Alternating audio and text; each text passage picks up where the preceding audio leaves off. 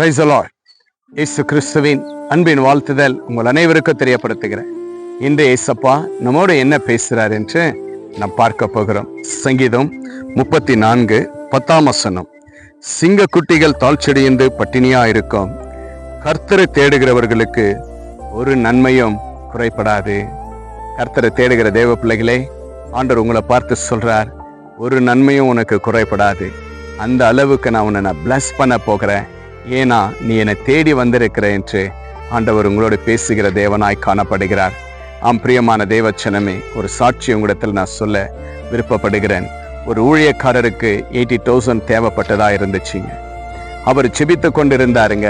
ஒரு ஊழியரத்துல சொல்லும் பொழுது திடீரென அந்த ஊழியர் அவரை கூப்பிட்டு 60,000 அவரிடத்துல கொடுக்கிறாருங்க. என்கிட்ட இவ்வளவுதான் இருக்குது என்று சொல்லி அவர்கிட்ட கொடுத்ததுமே அவர் கடந்து போகிறாருங்க. அவர் போய்கொண்டே இருக்கும் பொழுது ஒரு ஊழியர் ஃபோன் பண்ணி, எனக்கு உடம்பு சரியில்லை, என்னை வந்து பாருங்க என்றாருங்க. சரி, இவர் போய் பார்க்கும் பொழுது அவருக்கு ஹாஸ்பிட்டலுக்கோ ஏதோ ஒரு தேவையா இருந்தது.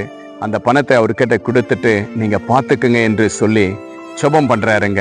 ஆனா அது கொடுக்க சொல்லி கர்த்தர் பேசுறாரு, மகனே நீ கொடு என்று சொல்லி. அந்த ஊழியக்கார் ஜெபம் பண்ணிட்டு அந்த பணத்தை கொடுக்கிறாருங்க. பாருங்க, அவர் யோசிக்க கூட இல்லை.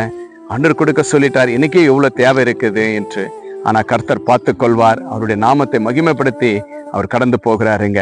அவர் வீட்டுக்கிட்ட போய் டோரை திறக்கும் பொழுது எதிர் வீட்டுக்கார் வந்து கூப்பிடுறாரு, பாஸ்டர் ஒரு நிமிஷங்க, உங்களுக்கு ஒரு பார்சல் வந்துடுச்சு, அது எங்க கிட்ட கொடுத்துட்டு போயிருக்காங்கன்னுட்டு. உடனே இவர் உள்ள வாங்கிட்டு போயிட்டு உள்ள அதை ஓப்பன் பண்ணி பார்த்தாக்கா, இவர் எவ்வளோ ஆண்டவர்கிட்ட கேட்டாரோ அந்த 80,000 அந்த பார்சல்ல கர்த்தர் வைத்திருக்கிறவராக இருக்கிறார். அவருக்கு கொடுக்க வேண்டியதை கர்த்தர் யாரோ மூலியமாய் கொடுத்து அவருடைய தேவைகளை சந்தித்தார்.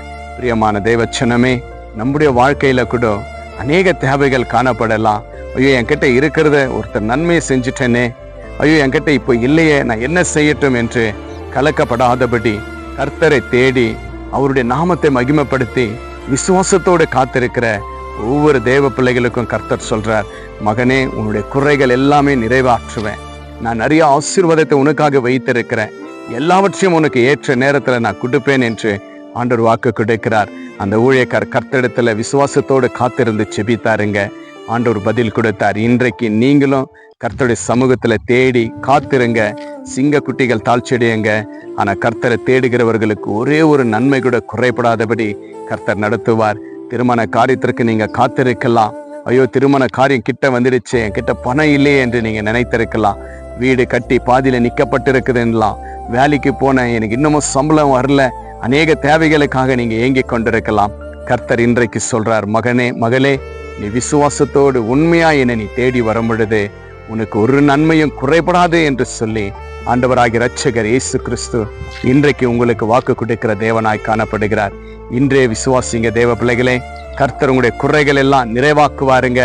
ஊழியருக்கு ஆண்டவர் எப்படி உதவியா நின்றாரோ, விசுவாசத்தோடு இருந்த மகனுக்கு எப்படி ஆண்டவர் விசுவாசத்தோடு இருக்கும் பொழுது உதவி செய்தாரோ, அதே போல உங்களுக்கும் உங்களுடைய வாழ்க்கையில கர்த்தர் மேல விசுவாசமா இருங்க.